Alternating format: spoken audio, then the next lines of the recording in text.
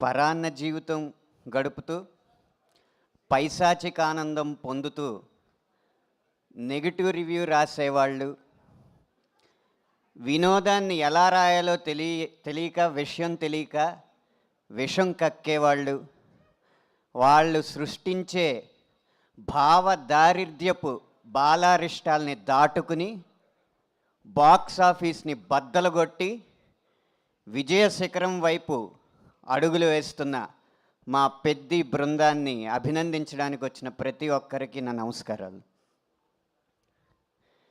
బుచ్చిబాబు గారు పెద్ది పాత్రని చిత్రీకరించి ఇస్తే ఆ శిల్పం ఎలా ఉండాలి అన్న దాన్ని జీర్ణించుకుని తనే రాయిగా, తనే శిల్పిగా, తనే ఉలిగా, తనే ఆ శిల్పంగా తనని తాను చెక్కుకుని మనందరి ముందు నుంచుని ఆ శిల్పానికి తన నటనతో జీవం పోసి పెద్ది విజయంలో ముఖ్య భూమిక పోషించిన మా హీరో రామ్ చరణ్ గారికి శిరస్సు వంచి మా బృందం తరపున నమస్కరిస్తున్నాను.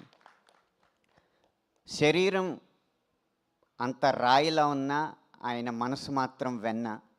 అందుకే ఉలికిపడి ఊగాల అన్న పాట, మస్సా మస్సా పాట రాసిన వెంటనే ఆ రాతి శరీరంతో నన్ను హత్తుకుని ఆ మెత్తని మనస్సు యొక్క తీయదనాన్ని నాకు చెవి చూపించారు.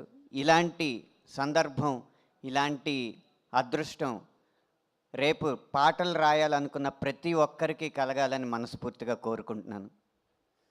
పెద్ది విజయం కొత్త కథల్ని, కత్తి లాంటి కథనాల్ని అందించే ప్రతి దర్శకుడికి స్ఫూర్తినిస్తుంది. అలాగే ఎప్పుడు డ్యూయెట్లు, ఎప్పుడు అయ్యే పాటలు రాసే మాలాంటి వాళ్ళకి కొత్త సన్నివేశాలను అందించి వాటిని కూడా 100 మిలియన్ల పాటలుగా తీర్చిదిద్దచ్చు అన్న ప్రేరణ ఇస్తుంది. కాబట్టి ఇలాంటి సినిమాలు మరింత విజయవంతమై మాలాంటి సాంకేతిక నిపుణులకి, నటులకి ఇంకా స్ఫూర్తినివ్వాలని మనస్ఫూర్తిగా కోరుకుంటూ విరమిస్తున్నాను. Thank you Anant Sriram garu, thank you so much. Yes, Peddi పెహల్వాన్గా తన ట్రాన్స్ఫర్మేషన్